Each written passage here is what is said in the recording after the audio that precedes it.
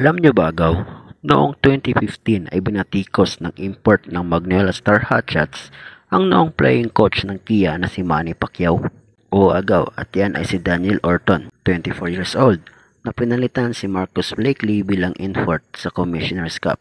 Si Orton ay isang ex-NBA player para sa koponan ng Orlando Magic, Oklahoma City Thunder at Philadelphia 76ers. Kahit pamanagaw na successful ang unang tatlong laro ng Hotshots na si Blakely ang import with 3-0 win-loss record, ay pinalitan pa rin ito dahil ayon sa kanila ay available na ang first choice nila na import, at yan nga ay si Orton na manggagaling pa noon sa Chinese Basketball League at may dalang dissenting stat line. Unang laro pa lang ni Orton kontra NLEX ay tinambakan na nila ito in 87-62 at kumamada ng 16 points, 12 rebounds at 3 blocks. Sa kasunod na laro ay kumamada ulit ito ng 23 points at 23 rebounds. Pero sa pagkakataon na ito ay natikman na ng Magnolia ang unang talo nito against Rain or Shine.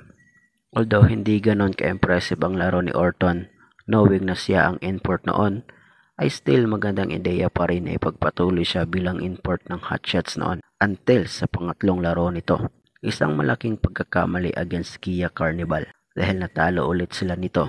Pangunahing rason ay dahil na foul trouble ito early sa laro at gumawa lamang ng 6 points at 3 rebounds at 19 minutes lamang na naglaro dahil na fouled out na ito. Hindi rin nga naman maitatanggi na masama talaga ang laro ni Orton that night. At dahil nga dito ay na-frustrate siya dahil sunod-sunod ang talo ng Hotshots kasama siya, at pagkatapos ng laro ay bumanat ito at sinabing dahil daw sa mga referee ay naging katawa-tawa ang laro nila at naging joke daw ang laro nila against Kia. At sinabi rin niya na joke rin daw ang paglalaro ni Senator Manny Pacquiao that time. Sabi pa niya tanggap daw niya na professional boxer ito at congressman, pero professional basketball player daw ay isa daw itong katawa-tawa at joke daw.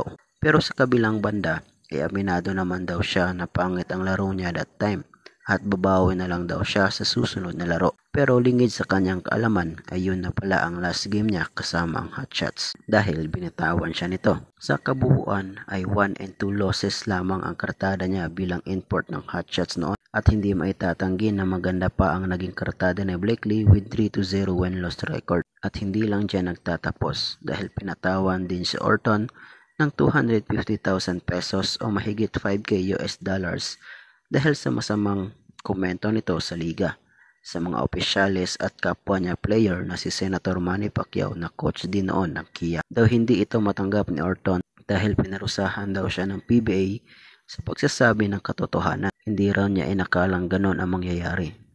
Yung multa, acceptable naman daw. Yun dahil may sinabi naman daw siya talaga sa liga.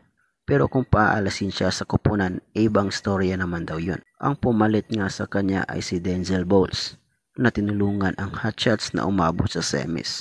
4 years later ago ay na-interview siya ng Spin at sinabing may natutunan naman daw siya sa stint niya sa PBA. At yan nga ang controversial na moment ni Orton against the PBA. Sa tingin niyo, Agaw, talaga bang sumobra si Orton noon? At tama lang ba ang mga parusa na binitawan sa kanya? Paki-comment naman sa baba.